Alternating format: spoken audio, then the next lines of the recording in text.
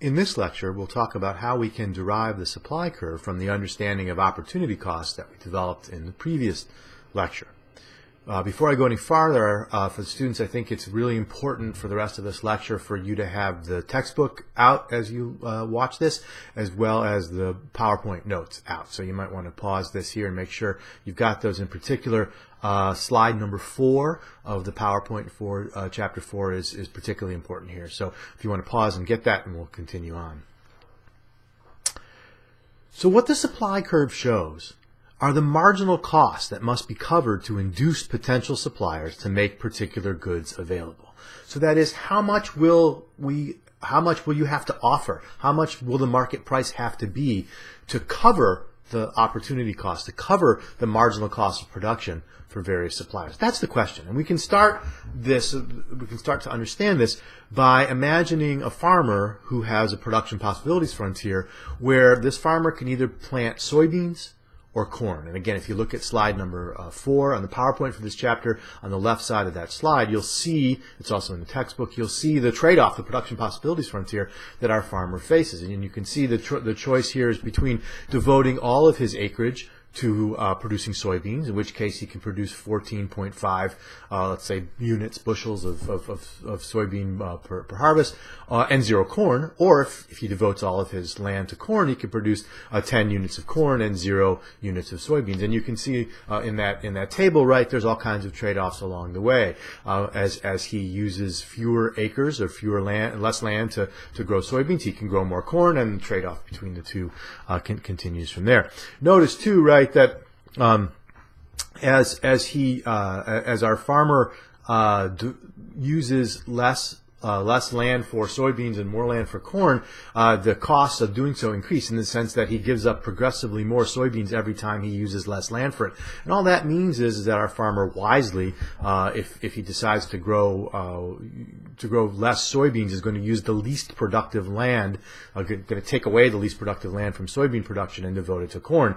If you ask our farmer to produce fewer and fewer soybeans, right, eventually you're going to keep getting into land that's more and more productive for producing soybeans, right? You can think about this as the inverse of our guy on the island who, right, when he had more units of water, used it for less valuable uses. Here, right, same sort of thing, but just looking from the other side, our farmer wants to use the most valuable land possible, and if he has to give up some land to grow corn instead of soybeans, he's going to use the land that's least productive at growing soybeans. Okay, so with that in mind, right, let's ask the following question, right? We want to understand how much corn will our farmer be willing to supply. So to do that, we need to, again, as we did with demand, we need to know the relationship between the price of corn and the number of units, the quantity of corn that our farmer will supply. And to do that, we have to hold everything else constant. In particular, one of the things that we have to hold constant is the price of soybeans. So if you notice on the right side of that slide, right, we have a second table there, which looks at the different amounts of corn that our farmer might produce and the marginal opportunity cost of doing so, assuming that the price of soybeans is $1 per unit. So let's look at that second chart there for a moment and see if we can understand what that's saying, right? If our farmer decides to produce 1 unit of 1 acre or 1 unit of corn, right, what's the opportunity cost of doing so? Well, to do that, he has to give up 1 unit of soybeans. And how much does that cost him? Again, assuming that soybeans cost $1 per unit, whatever that unit is, right, it costs him $1 to produce 1 unit of corn, right? And you can see that dollar from the fact that moving from 0 units of corn to 1 unit of corn on the left table over there means that he goes down from 14.5 to 13.5 units of soybeans. So he gives up 1 full unit of soybeans to produce 1 unit of corn. And again, if soybeans are $1 per unit, right, that the opportunity cost there is $1. Well, what if he wants to produce 2 units of corn, right? Well, to get us to produce a second unit, he's got to give up another unit of soybeans. What does he give up there? This time he gives up 13.5 minus 12.4. He gives up 1.1 units of soybeans, again, because he's using a more productive piece of land to now grow the corn instead of soybeans. Right, so he gives up 1.1 units over on the left, and at a cost of $1 per unit. Right, the cost of moving to produce corn is $1.10. So think of it this way. If I want to produce that second unit of corn, if I want to produce a second unit of corn, what am I giving up? What's the cost of that decision? What's the opportunity cost? The opportunity cost is the 1.1 units of soybean I could have grown on that land, but now I'm not going to. At $1 per unit, the cost is $1.10. Right? What if I go to a third unit? Well, if I go to a third unit, what do I give up? This time, if you look over on the left, right, we give up 1.2 units of soybeans, the difference between 12.4 and 11.2. And at $1 per unit, the opportunity cost of devoting that land to a third unit of corn is $1.20. Right? What do we give up? We give 1.2 units of soybeans at $1 per unit. The cost is $1.20. And you can see, I'm not going to go through the rest of the table there.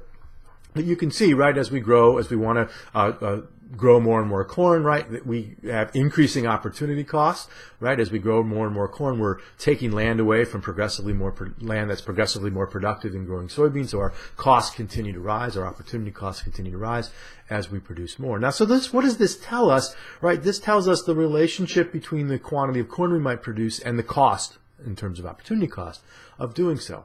And it's easy to turn this into a supply curve. If we want to turn this into a supply curve, all we have to do is to now say, all right, how will this farmer behave at different prices of corn, right? Remember, soybeans are fixed at $1, but if the price of corn changes, what happens? So suppose for a moment that the price of corn out in the marketplace is $1.25 per unit.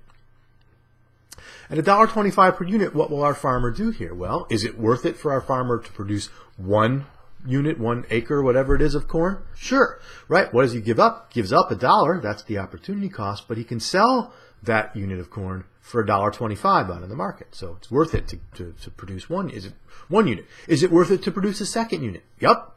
Cost of doing so, $1.10. That's what he gives up in terms of the soybeans he sacrifices, but he earns $1.25 in the marketplace for selling the corn. Worth it to produce a third unit? Yep, you can see that, right? Gives up $1.20 in soybeans, but gains $1.25 from the corn he sells. Would it be worth it to produce a fourth unit of corn? And here's where we stop. We say, no, why? Well, you can make $1.25 per unit selling that fourth unit out on the market, but what's the cost going to be? The cost is going to be $1.30. That is, to grow that fourth unit of corn, right, it means you're going to give up $1.30's worth of soybeans. That's not worth it, right? The marginal cost, the $1.30, the opportunity cost of growing corn, the $1.30, is greater than the benefit of growing corn, which is the $1.25 you'll get out on the marketplace. So one of the things we can see there is if the price of corn is $1.25, our farmer would grow 3 units, would devote 3 acres or whatever to growing corn, right, but no more. If the price goes up, say the price of corn went up to $1.55 per unit, right, then we can see that our farmer would be willing to grow, to devote 6 acres, to grow 6 units of corn, right, but not a seventh at $1.55. And so you can see what's happening here. As the price of the good increases, that is, as the price our farmer can obtain for his corn increases, our farmer is willing to supply more of it. And he's willing to supply more of it because at progressively higher prices for corn, he's able to overcome the opportunity cost of additional units of soybeans. That is, the higher the price of corn, the more it's worth it to him to sacrifice more valuable land from growing soybeans, because what he can obtain for the corn is worth it in terms of what he loses for the soybeans he's no longer growing. Right?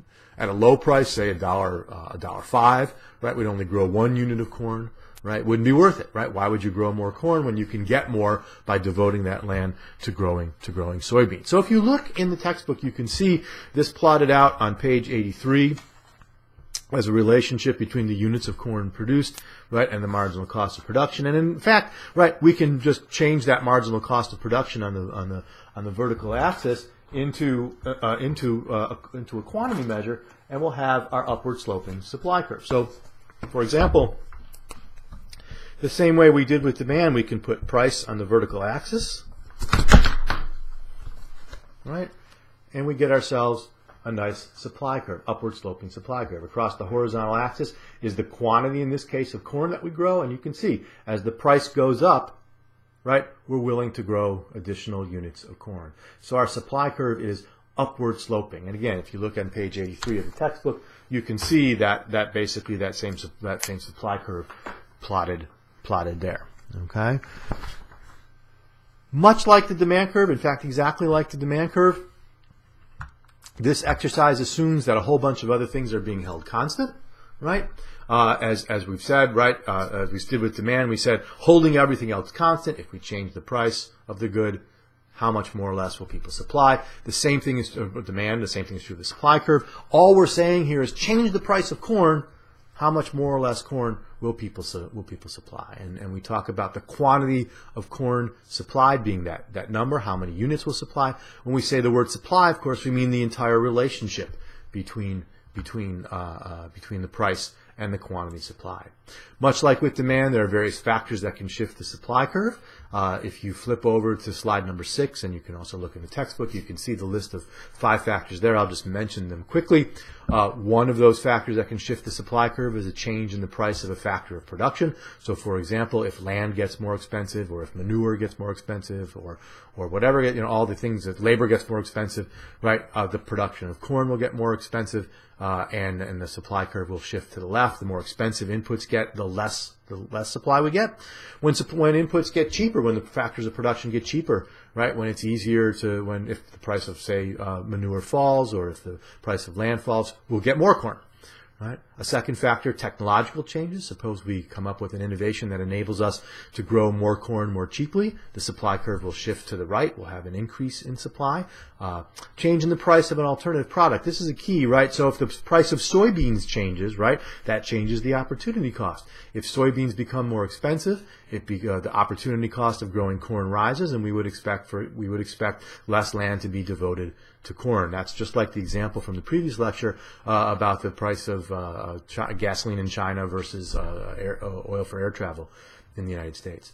And as with demand, supply also, the change in the expected price of the output. If people expect to get a greater price for the good in a week or in a month, they'll supply less of it now and more of it later. If they think the price will go down in the future, they'll supply more now and less later. And finally, the change in the overall number of suppliers. As there are more people willing to sell the good, supply increases. As fewer people are willing to sell it, supply decreases.